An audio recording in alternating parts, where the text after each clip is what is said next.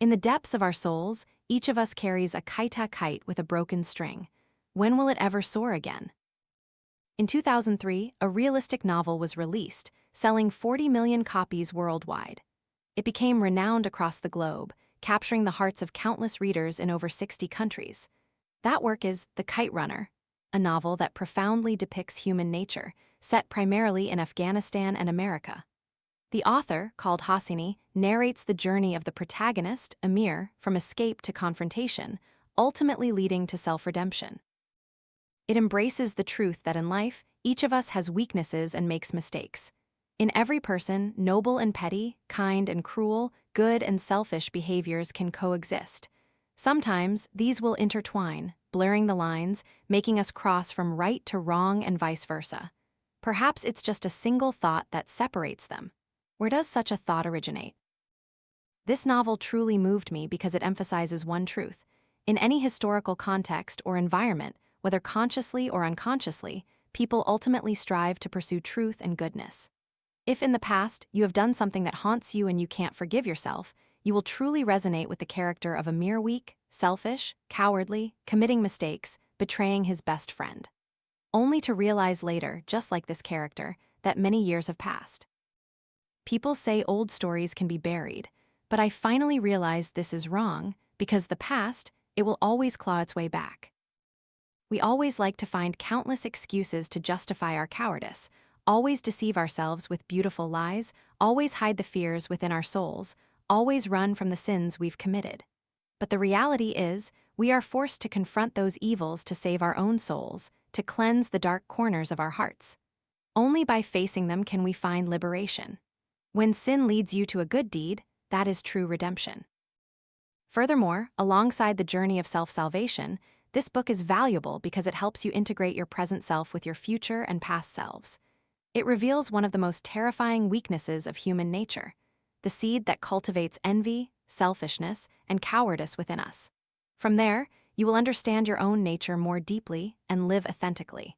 Only when you truly see yourself can you truly see the world. Only then can we clearly perceive whatever terrifying things reside within our hearts and grasp our own destiny. So that with every step of life's journey, you can see the heavens and earth with reverence, see all beings with compassion, see yourself finding your way home, and ultimately, allow your own severed kite to once again catch the wind and soar high. The severed kite string, that subtle, critical thread that fuels envy. Amir was born into a wealthy family in Afghanistan. His mother died in childbirth, and his father was always busy with his successful business. Another character, Hassan, was of Hazara descent, an ethnic group discriminated against in Afghanistan. Hassan's father worked for Amir's father. Hassan was born with a cleft lip and was Amir's childhood friend, growing up together. When they were children, these two boys were incredibly close. They played together, climbed trees, hunted birds, and caught fish. When attacked, Hassan would never hesitate to rush forward. When criticized, Hassan would always take the blame for Amir. Amir saw Hassan as a friend with whom he could share everything, until he realized that his closest friend had stolen his father's affection. Amir's father openly praised Hassan's physical strength and courage, but criticized Amir for being weak, falling during soccer, and crying when he couldn't stand the sight of blood during cockfights. Every year for Hassan's birthday, Amir's father would thoughtfully give him gifts even more exciting than those for Amir. When Hassan was 10, Amir's father specially invited a renowned doctor to cure his cleft lip. Because of this, Amir could not control the jealousy within him and began to secretly compete with Hassan. He would throw rocks and hide his hand. He deliberately provoked Hassan to use a mirror to reflect sunlight, teasing people, and to attack the neighborhood cleric with a slingshot, then hid silently when Hassan was punished. He read all sorts of books to Hassan, and when he encountered words his friend didn't know, he would laugh loudly, mocking his ignorance. One day, Amir finally had a chance to win his father's recognition. He would conquer the championship in the kite fighting competition. Desperate to win, he spent all his free time practicing and finally succeeded in taking the lead. But according to the rules, to achieve overall victory, he still had to retrieve the severed kite of the loser. And at this moment, Hassan, Amir's loyal assistant in the competition, volunteered to stay and support his best friend. Seeing Amir's desperate desire to win, Hassan smiled brightly and uttered the phrase that Amir, and millions of readers would never forget. For you, 1,000 times over. However, Hassan went to look for the kite and did not return for a long time. After finding the kite, Hassan was ambushed by Asef, a violent bully who demanded the kite. Hassan firmly refused, and so the violent Asef brutally beat and raped him. Amir stood outside and witnessed the entire scene, but thinking of the championship cup almost within his grasp, he cowardly turned and ran away. From that day on, Amir avoided Hassan, trying to escape his guilt.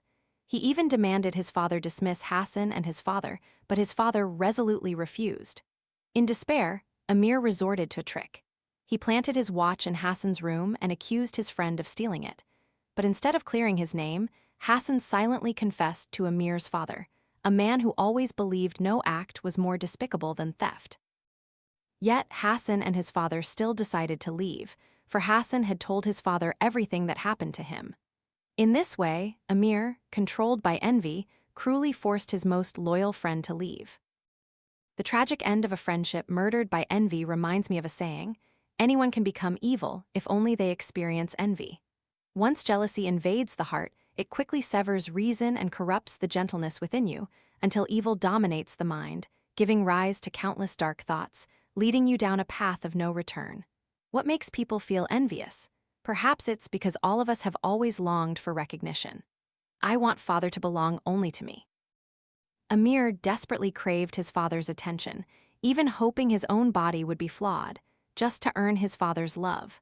It was this craving for recognition that fueled Amir's envy, selfishness, cowardice, and betrayal of his friendship. Let's look back for a moment. Since childhood, many of us have surely wished for self-confidence and to prove our worth through the praise and validation of others, especially parents, teachers, or friends. As we grow older, we long to be seen by others, to be loved and understood by our partners, to have respectful and obedient children, to be respected by colleagues, to be treated well by friends, or to be admired by society.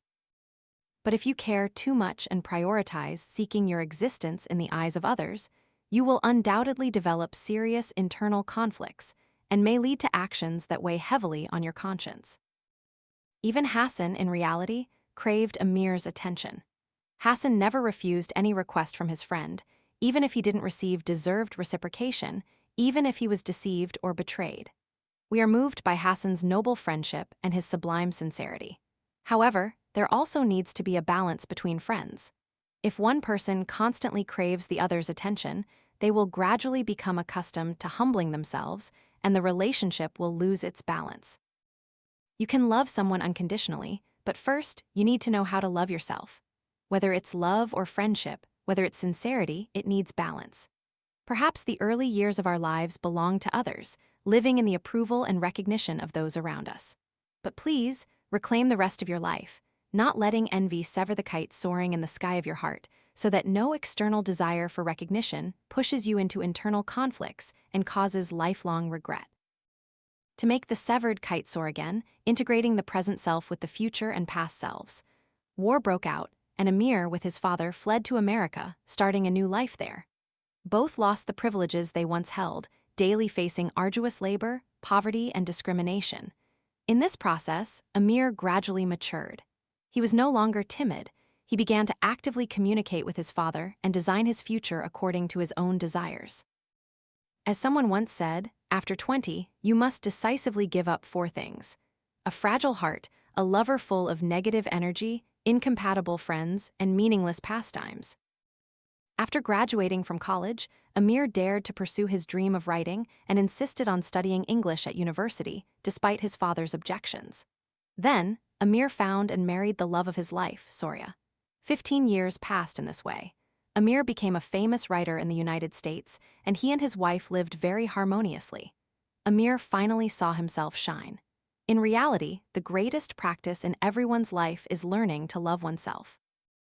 As a German philosopher said, a selfish person may not know how to love others, but they certainly won't know how to love themselves either. When you cannot love yourself, you cannot love others, and when you hate yourself, you hate others too. Now, Amir no longer hated or envied himself. he had learned to reconcile with himself, to look inward rather than let his gaze fix on external expectations. Oscar Wilde once said, "To love oneself is the beginning of a lifelong romance." Could that romance be for the kite within Amir to soar once again? However, we need to know that life always has its cycle of cause and effect. In different stages of life, we are often willing to sacrifice everything to pursue what we are passionate about at that moment. That could simply be special love from parents, friendship with siblings, affection for someone we secretly admire. All these things can become the kites in our souls. At that time, we ran forward, with only that in our eyes and hearts. But as time goes on, we realize whether what we once pursued or what we gave up for it was truly worth it.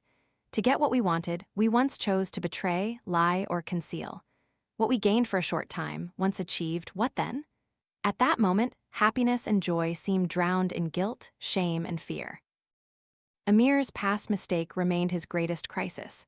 According to self-discrepancy theory, each of our individual selves always comprises three parts: the actual self, the ideal self, and the ought self. The actual self is your present self. The ideal self can be called the future self. This is the self you hope to become. The ought self usually belongs to the past self. This is the self you believe you had a responsibility to be or do something.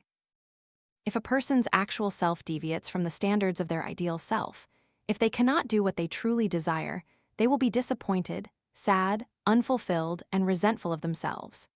If the actual self deviates from the ought self, meaning they committed a mistake that they believe they should not have committed in the past, then they will experience fear, anxiety, avoidance, regret, and obsession over what happened. When one of these two things happens, and your actual self remains unintegrated with your past or future selves, meaning a person cannot do what they truly desire and has no way to confront their past, they will suffer. Even if their current life is wealthy, successful, and prestigious, they cannot be happy. As long as there is a discrepancy and conflict between the actual self and the future or past self, you will always suffer. For Amir, he had aligned with his ideal self, doing what he loved and shining through it, so he learned to love himself more and more. However, the suffering from his past that he had faced for many years still lingered. It stemmed from the discrepancy with his ought self. That year, he should not have cowardly abandoned and ignored what happened to Hassan. He should not have betrayed his truly good friend. Back to the story. One day, Rahim Khan met Amir and revealed the full truth. While Amir was in America, Hassan had returned with Rahim Khan and guarded Amir's family's mansion. Rahim Khan and Hassan's family lived harmoniously there until the Taliban seized Afghanistan. Hassan did not die from war or poverty. He was lost forever due to the prejudice of the Taliban, who deemed Hazaras inferior, deceitful, and dirty. No matter how Hassan tried to prove his innocence, no matter how his neighbors vouched for his kindness, no matter how Rahim Khan confirmed it over the phone, the Taliban firmly convicted them. Ultimately, Hassan and his wife were cruelly executed. His son, Sohrab, was then sent to an orphanage. But when Rahim Khan pleaded with Amir to go to Afghanistan to find Hassan's son, he refused. In despair, Rahim Khan had no choice but to reveal the truth. Hassan was Amir's half-brother. The shocking truth made Amir rush out of the room, wandering the crowded streets. He seemed to stand at a crossroads, either continue living a life of guilt or seek redemption and rebirth to bridge the gap with his past self. Recalling all he had been through, Amir finally chose the second path. Amir finally found Sohrab, but the boy had fallen into the hands of his sworn enemy, Asef. Sohrab was now emaciated, his face always fearful, his body trembling. Asef had chained his feet, playing with him like a pet.